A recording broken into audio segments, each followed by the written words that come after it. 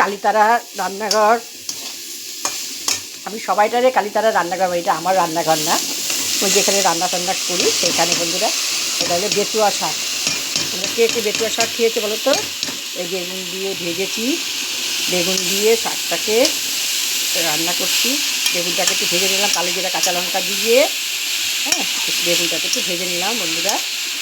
হ্যাঁ, তেল আগে বেগুনটাকে ভেজে উঠিয়ে রাখতাম, এখন একটু তেলটা কম খায় তো বন্ধুরা, ওর জন্য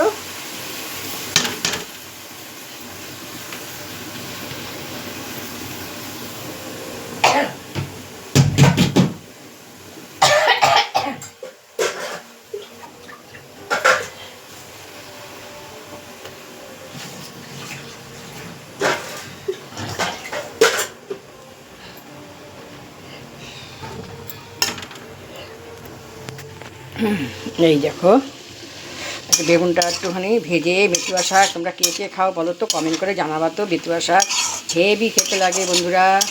হ্যাঁ, এই দেখো বেতুয়া শাক বানাচ্ছি, দেখবে তোমরা কে কে খাও বলো তো, আমাকে জানাবা।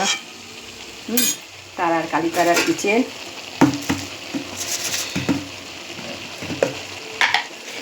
কালীতারার কিচেন অনেক দিন পরে তোমাদের কাছে আজকে বললাম, কালীতারার কিচেন।